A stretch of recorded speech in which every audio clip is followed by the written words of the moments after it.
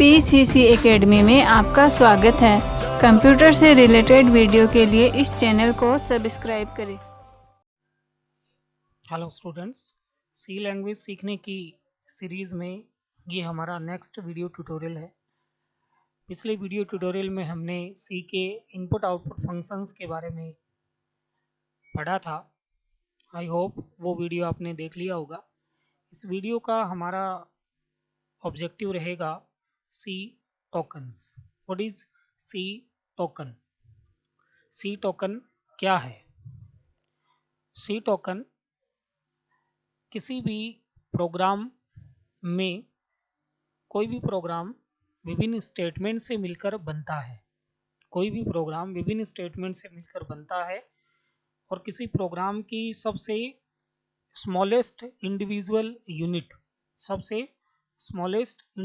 Unit को हम token के नाम से जानते हैं। किसी भी सी प्रोग्राम टोकन के द्वारा ही डेवलप किए जाते हैं। तो किसी भी प्रोग्राम की सबसे छोटी इकाई क्या कहलाती है? टोकन्स। विभिन्न प्रकार के टोकन सी में उपलब्ध हैं।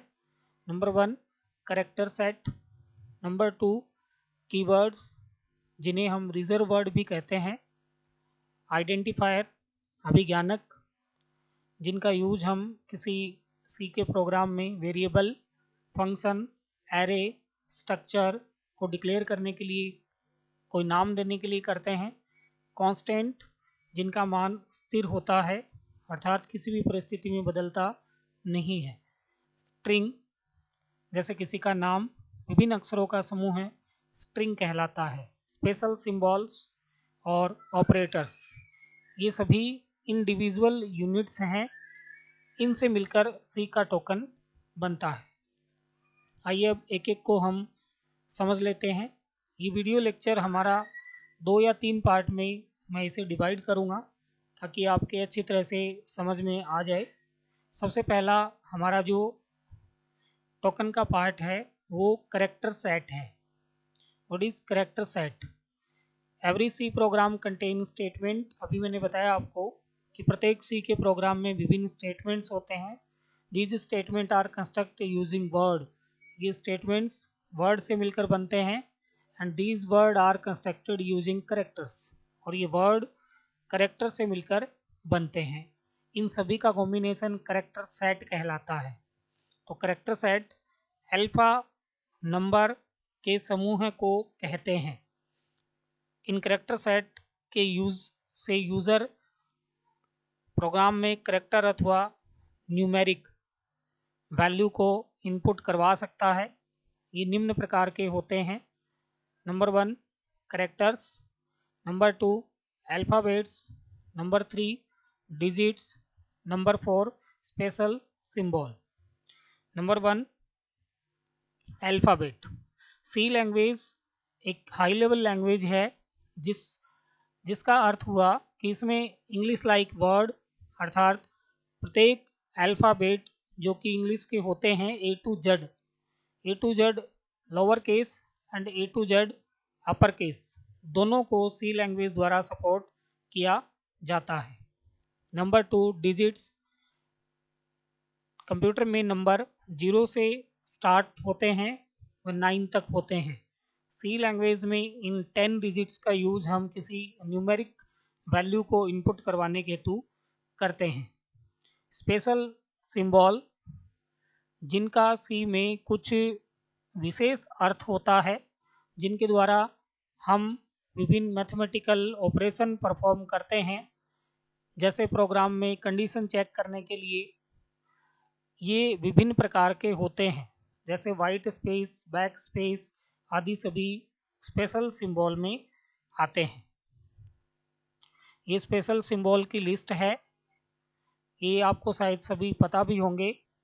Applied, underscore, ampersand, percent sign, minus sign, dollar sign, @ of, great, plus, number sign, hash, asterisks, backslash, less than, greater than, equal to, ये सभी स्पेशल सिंबल में आते हैं। तो ये सभी, इसके अलावा वाइट स्पेस ये सभी वाइट स्पेस में आते हैं। इनको हम आगे एक एक प्रोग्राम द्वारा समझेंगे, जैसे back space, vertical tab, form feed, backslash, double quota, null, horizontal tab, carriage return, new line, single quota, quotation mark, question mark, alarm, ये बेल का सिंबल, ये सभी वाइट करेक्टर्स या वाइट स्पेस करेक्टर्स कहलाते हैं। नंबर 2 जो सी token का part है वो है कीवर्ड। कीवर्ड को हम रिजर्व वर्ड के नाम से भी जानते हैं, अर्थात वे वर्ड जिनका मान, जिनकी वैल्यू सी में पहले से ही निर्धारित है, उन्हें हम कीवर्ड के नाम से जानते हैं। इनकी जो वैल्यू होती है वो हमेशा यूनिक होती है। इन सी कीवर्ड का यूज हम सी में वेरिएबल बनाने के लिए नहीं कर सकते। C keyword are the word that convey a special meaning to the C compiler, अर्थात कीवर्ड सी के कीवर्ड की एक स्पेशल अर्थ होता है जो सी कंपाइलर को पहले से ही पता होता है। The keyword can not be use to variable name, इनका यूज हम किसी वेरिएबल नेम के लिए नहीं कर सकते, because they doing so we are trying to assign a new meaning, अर्थात वेरिएबल हम नया अर्थ बनाने के लिए क्रिएट करते हैं, लेकिन इनका अर्थ पहले से ही निर्धारित होता है, इसलिए इन्हें रिजर्व वर्ड के नाम से जाना जाता है। सी में टोटल 32 कीवर्ड्स होते हैं। इनको हम आगे एक एक प्रत्येक प्रोग्राम में पढ़ेंगे। कुछ आपने यूज़ भी किए होंगे, जैसे इंट का यूज़ किया होगा आपने, कैर का यूज़ किया होगा, कैरेक्टर डेटा टाइप का, फ्लोट डेटा टाइप का यूज़ किया होगा आपने। तो ये सभी सी के रिजर्व वर्ड या कीवर्ड कहलाते हैं, जो कि 32 होते हैं।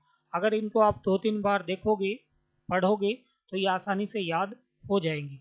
सी की सारी प्रोग्रामिंग इन 48 कीवर्ड के ऊपर ही निर्धारित है। जिस स्टूडेंट को 32 ये कीवर्ड का मीनिंग समझ में आ जाए, वो सी को आसानी से सीख सकता है, तो इसे समझने का प्रयत्न करें। अगला जो सी टोकन का पार्ट है वो आइडेंटिफायर कहलाता है। आइडेंटिफायर मीन्स अभिज्ञानक या पहचानकर्ता, इसको हिंदी में कहते हैं। इसका यूज हम सी प्रोग्राम में जब वेरिएबल डिक्लेयर करते हैं, फंक्शन डिक्लेयर करते हैं, एरे डिक्लेयर करते हैं, तो उनको एक यूनिक नाम देने के लिए किया जाता है।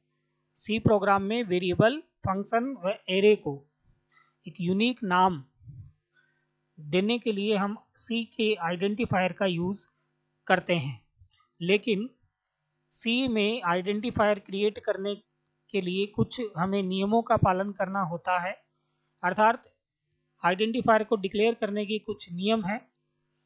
जैसे नंबर 1 जो नियम है, किसी भी आइडेंटिफायर का नाम या तो एक लेटर से स्टार्ट हो सकता है या अंडरस्कोर से स्टार्ट हो सकता है, अर्थात आइडेंटिफायर का नाम एक लेटर से ही स्टार्ट होना चाहिए, अल्फा A to Z से ही स्टार्ट होना चाहिए या अंडरस्कोर से स्टार्ट होना चाहिए, ये रूल है।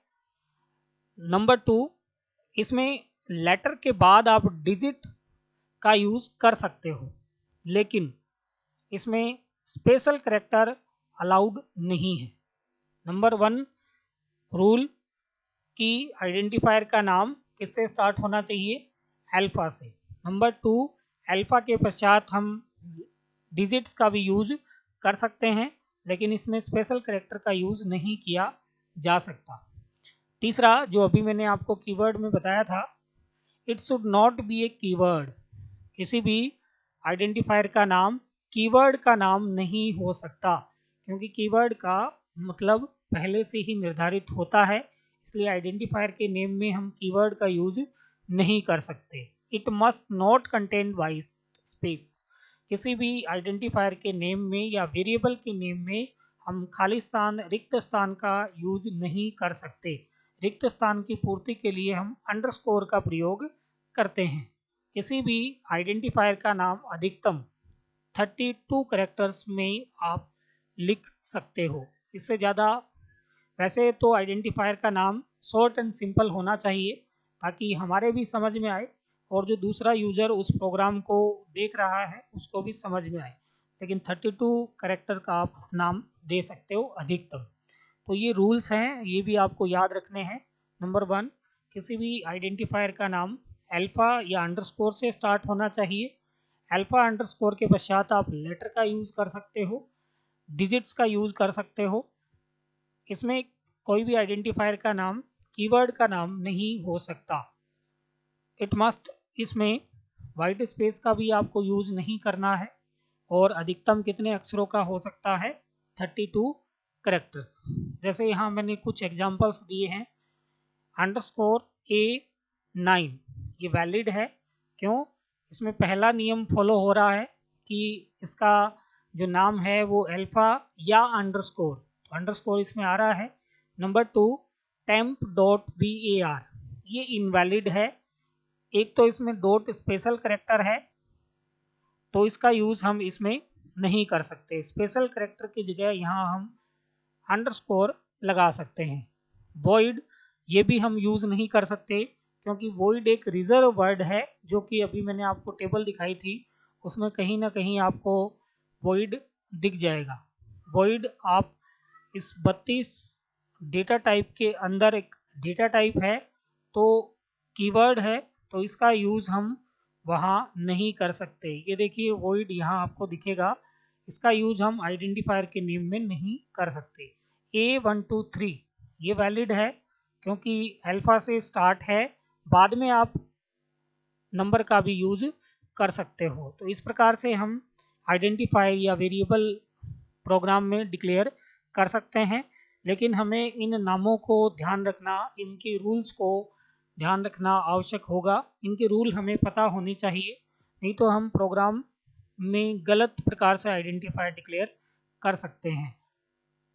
इस वीडियो में इतना ही। इसके अगले पार्ट में हम इसके अगले जो भी पार्ट्स हैं वो देखेंगे। आज हमने कैरेक्टर सेट देखा, कीवर्ड्स क्या होते हैं, आइडेंटिफायर क्या होते हैं।